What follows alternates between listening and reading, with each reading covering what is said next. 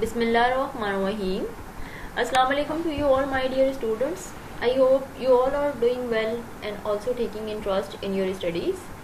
Here is your teacher Sabah Akhtar, master trainer and a lecturer of biology, and I am going to present this lecture from the platform of Army Public School and College. Dear students, our chapter number 17, novice coordination, is continued, and the topic which we are going to study today is basic organization of human nervous system, and this topic is taken from class second year. So before starting our topic, what are the objectives of today? At the end of the lecture, you will be able to learn about basic organization of human nervous system. So and you will be also learn about or distinguish between central nervous system and peripheral nervous system, CNS and PNS. So let's start our topic, basic organization of human nervous system. The human nervous system consists of central nervous system, CNS and peripheral nervous system.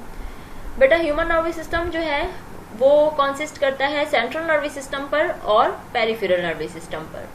The central nervous system is a coordinating centre and it lies in the middle of the body.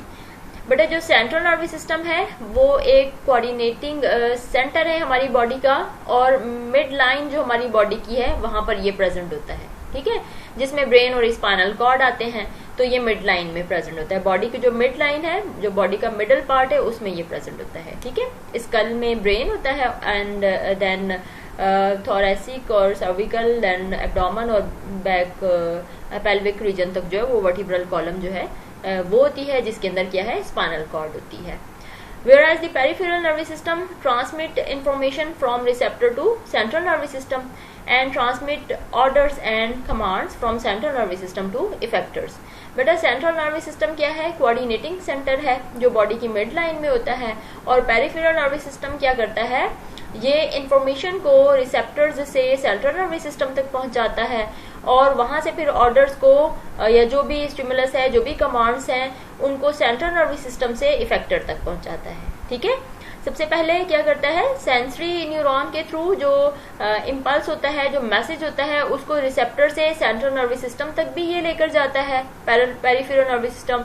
और then जब information को interpret analyse कर लिया जाता है, तो फिर उसी इंफॉर्मेशन को, उन कमांड्स को या ऑर्डर्स को सेंट्रल नर्वस सिस्टम तक से इफेक्टर तक लेके आता है, ताकि हम कोई भी रिस्पॉन्स जनरेट करें. ठीक है, अच्छा अब ये देखें, इस डायग्राम में, इस फिगर में आपको नजर आ रहा है, central nervous system is divided और consisted on central and human nervous system is consisted on central nervous system and peripheral nervous system. फिर जो सेंट्रल नर्वस सिस्टम है वो ब्रेन और स्पाइनल कॉर्ड में डिवाइडेड है, और जो पेरिफेरल नर्वस सिस्टम है it consist on somatic and autonomic nervous system. फिर इसके बाद जो ऑटोनॉमिक नर्वस सिस्टम है बेटा, it is classified into sympathetic nervous system and parasympathetic nervous system. Here is another figure. देखें, human nervous system consists of two parts, central nervous system CNS and peripheral nervous system PNS. बेटा फिर जो central nervous system है इसको दो parts में divide किया गया है, brain में और spinal cord में.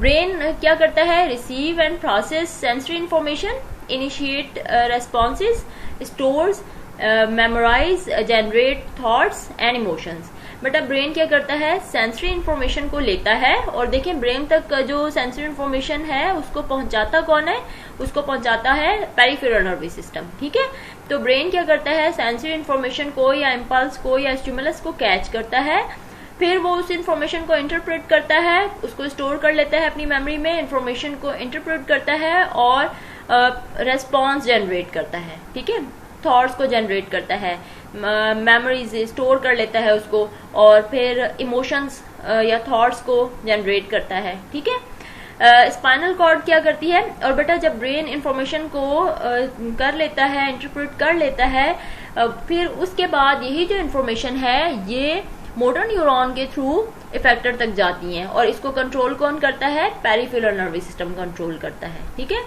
और फिर हम क्या करते हैं, कोई भी रेस्पॉन्स जनरेट करते हैं. अब आते हैं स्पाइनल कॉर्ड पे.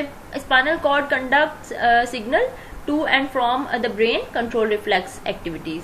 बेटा ये स्पाइनल कॉर्ड क्या करती है, ये सिग्नल्स को हमारे जो ब्रेन से मतलब सिग्नल्स को ब्रेन तक पहुंचाती है, और फिर सिंपल जो रिफ्लेक्सेस होते हैं ना उनको भी ये कंट्रोल करती है, कुछ रिफ्लेक्स एक्टिविटीज जो होती है ना उनको भी करती है। ठीक है, मतलब ये मैसेजेस को ब्रेन तक पहुंचाती भी है, और फिर कुछ ऐसे सिंपल रिफ्लेक्सेस होते हैं जिसमें कोऑर्डिनेटर एज कोऑर्डिनेटर काम कर रही होती है, और ये उसको भी रिस्पॉन्स करती है। जैसे हम लोग पढ़ते हैं रिफ्लेक्स एक्शन और रिफ्लेक्स आर्क में एक कॉमन एग्जांपल पढ़ते हैं, if we touch a hot object, ठीक है, तो क्या होगा ना, हम फटाफट हाथ हटा लेते हैं। तो इस रिफ्लेक्स में क्या होता है कि जो कोऑर्डिनेटर का काम कर रही होती है वो स्पाइनल कॉर्ड कर रही होती है। मैसेज या इम्पल्स जैसे ही सेंसरी न्यूरॉन्स के थ्रू स्पाइनल कॉर्ड में जाता है तो फिर वो मोटर न्यूरॉन के थ्रू जो उसका आंसर है वो या जो कमांड है वो वापस इफेक्टर तक आती है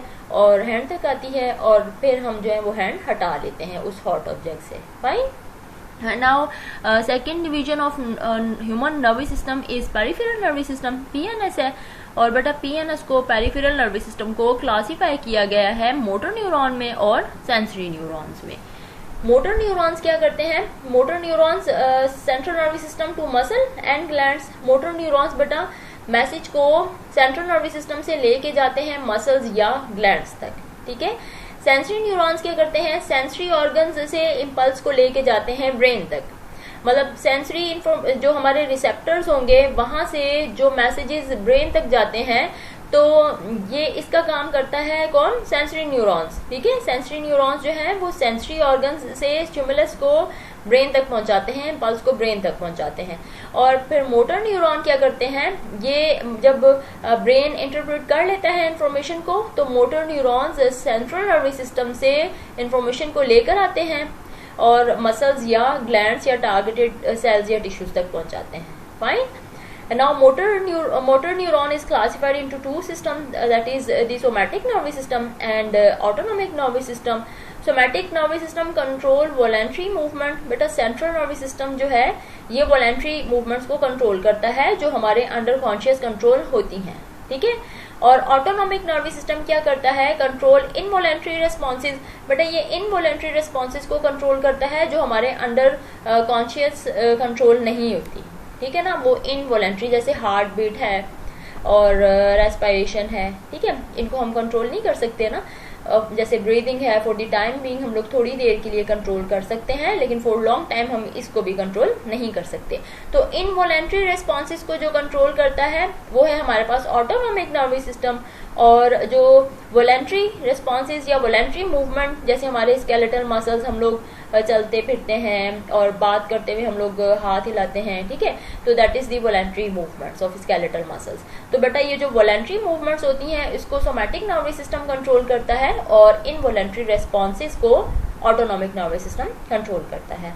अब बेटा ऑटोनॉमिक नर्वस सिस्टम को क्लासिफाई किया गया है दो पार्ट्स में, sympathetic nervous system and the parasympathetic nervous system, or we can say that sympathetic division or the parasympathetic division.